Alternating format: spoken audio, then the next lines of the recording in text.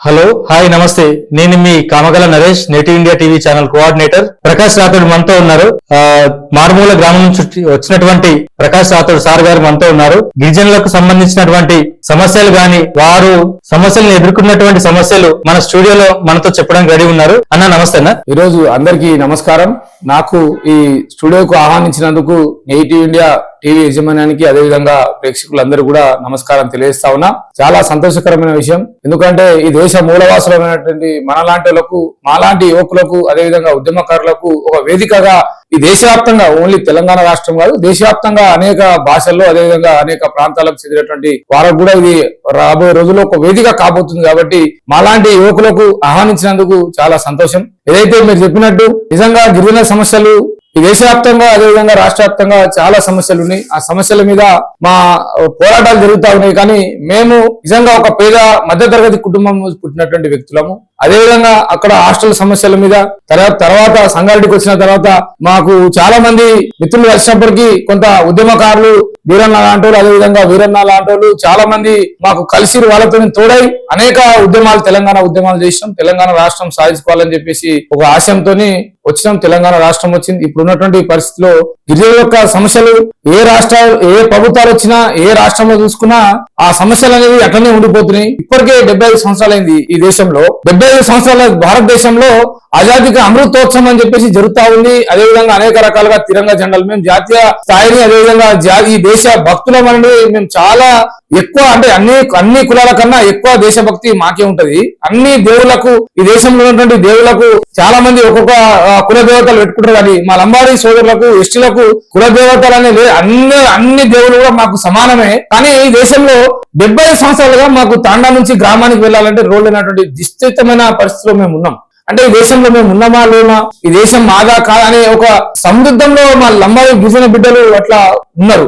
వాళ్ళని బయటికి అభివృద్ధి సంక్షేమం వైపు తీసుకోవాలని చెప్పేసి అనేక రకాల పోరాటాలు జరుగుతా ఉన్నాయి. సమస్యల మీద పోరాటం జరుగుతా ఉన్నాయి. కానీ ఆ సమస్యలు పోరాటం అనేది ఏమైతుందంటే మాలాంటి వాళ్ళు చేస్తా ఉన్నాం, ప్రభుత్వాలేమో నిమ్మకంగా ఏ ప్రభుత్వం వచ్చినా ఎవరు వచ్చినా అంతే ఆ స్థాయిలో ఉండిపోతుంది. కానీ ఏదైతే ఈ మెయిన్ ఆలోచన విధానం ఏదైతే నేటివ్ ఇండియా టీవీ ద్వారా ఏమొచ్చింది, ఈ సమస్యలను ప్రభుత్వానికి అదేవిధంగా దేశ ప్రజలకు తెలవాలనే ఆలోచన ఒక గొప్ప లక్ష్యంతో తీసుకొచ్చినటువంటి ఈ టీవీ ఛానల్, ఈ ఏదైతే స్టూడియో, ఈ భవిష్యత్తులో దేశాలు అనేక రకాలు, ఇప్పుడు మా కర్ణాటకలో మా సోదరులు ఎస్సీ దాంట్లో ఉన్నారు, మేము ఇక్కడ తెలంగాణలో ఎస్టీ ఉన్నాం, మహారాష్ట్రలో విజెంటీ ఉన్నాం. అక్కడ ఉన్నటువంటి వారి యొక్క సంబంధాలు కలపాలంటే ఈ దేశవ్యాప్తంగా ఉన్నటువంటి ఈ నేటివ్ ఛానల్ ద్వారా మేము కూడా వారి యొక్క సంబంధాలు కానీ, మా యొక్క భాష కానీ, వాళ్ళ యొక్క భాష కానీ, వాళ్ళ వేషధరణ మా వేషధరణ అంతా ఒకటే ఉంది. కానీ మేము కలవలేకపోయినాం. ఇట్లాంటి ఛానల్ ద్వారా కలిస్తే రేపు ఉమ్మడిగా ఒక దేశవ్యాప్తంగా ఒక సమస్య మీద పోరాటం చేయడానికి ఉంది. ఇప్పుడు సమస్యలు అంటే అనేక రకాల సమస్యలు ఉన్నాయి. ప్రతి ఒక్క మనిషికి ఒక సమస్య ఉంటది. కానీ ఆ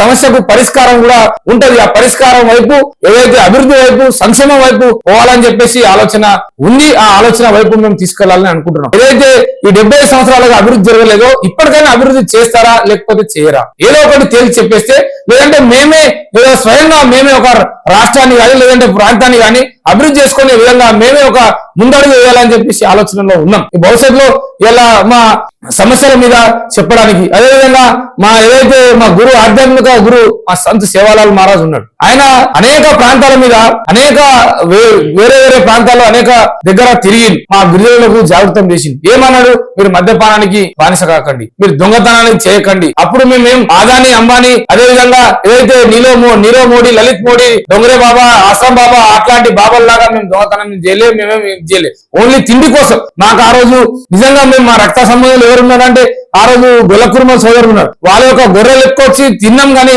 ఆ ఈ రోజు మాకు దొంగలుగా అని చెప్పేసి ఆ రోజు చిత్రీకరించారు. అట్లాంటి అప్పుడు మా సేవాలాల్ మహారాజ్ ఏమన్నాడు అంటే, మీరు మద్యపానానికి, దొంగతనానికి అలవాటు పడకండి, చెడు అలవాట్లకు పోకండి, మీరు మంచి ఆలోచనతో ఉండండి, మీరు మంచి ఒక ఏదైతే మేమంతా అప్పుడు నేటివ్ మూలవాసులు అంటే దేశం మొత్తం మూలవాసులు, ఈ దేశం మొత్తం భూమిపుత్రులం అనమాట. మూలవాసులు అంటేనే దేశ భూమిపుత్రులం.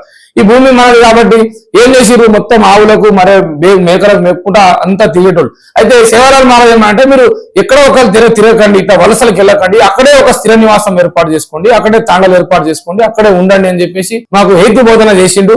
ఆయన చేసినటువంటి మార్గం, చూపినటువంటి మార్గం మా గిరిజనుల్లో వెలుగు వచ్చింది. ఇప్పుడు తాండాలు ఏర్పడ్డాయంటే కారణం సేవాలాల్ మహారాజ్ చెప్పింది కాబట్టి తాండాలు ఏర్పడ్డాయి. తాండాలు ఎవరో కట్టించలేరు, ఎవరో ఏం చేయలేరు.